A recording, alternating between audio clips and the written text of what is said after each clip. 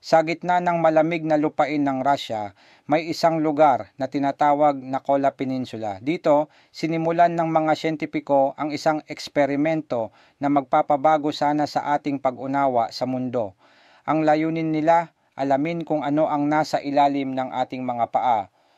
Ngunit matapos ang halos 2 dekada, bigla itong itinigil. Ano nga ba ang totoong dahilan?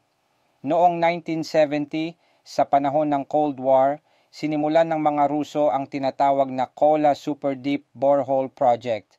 Isa itong siyentipikong proyekto upang tuklasin ang komposisyon ng Earth's crust at posibleng mas maunawaan kung paano nabubuo ang lindol, mineral at mga yaman sa ilalim ng lupa. Gamit ang pinaka-advanced na teknolohiya noon, sinimulan nila ang pagbutas ng lupa sa maliit na isla ng Zapolyarny. Taon-taon, palalim ng palalim ang hukay hanggang sa umabot ito ng 12.2 kilometro, mas malalim pa sa Mount Everest kung ito ay tatalikurin. Ngunit habang lumalalim sila may hindi inaasahang problema. Ang temperatura sa ilalim ng lupa ay umabot ng 180 degrees Celsius, halos kasing init ng lava. Natutunaw ang mga gamit at bumibigay ang mga makina. Hindi na kinaya ng teknolohiya ng tao ang matinding init at presyon sa ilalim ng mundo. Noong 1992, matapos ang mahigit 20 taon, ipinasya ng mga siyentipiko na itigil na ang proyekto.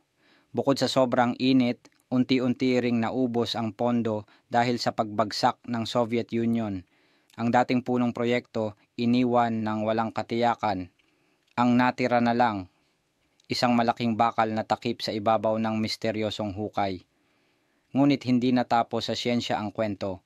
May mga kumalat na balitang nakarinig daw ng mga sigaw mula sa impyerno mula sa kailaliman ng hukay. Tinawag pa ito ng ilan na well to hell. Ngunit ayon sa mga eksperto, ito'y pawang mga katang-isip lamang, gawa-gawa ng media at takot ng mga tao. Ngayon, ang Kola Super Deep Borehole ay sarado na. Isang tahimik na alaala ng ambisyon ng sangkatauhan na tuklasin ang di kilalang kalaliman ng mundo. Isang paalala na kahit gaano tayo katalino, may mga lihim pa rin ang planetang ito na hindi pa handang ipakita sa atin.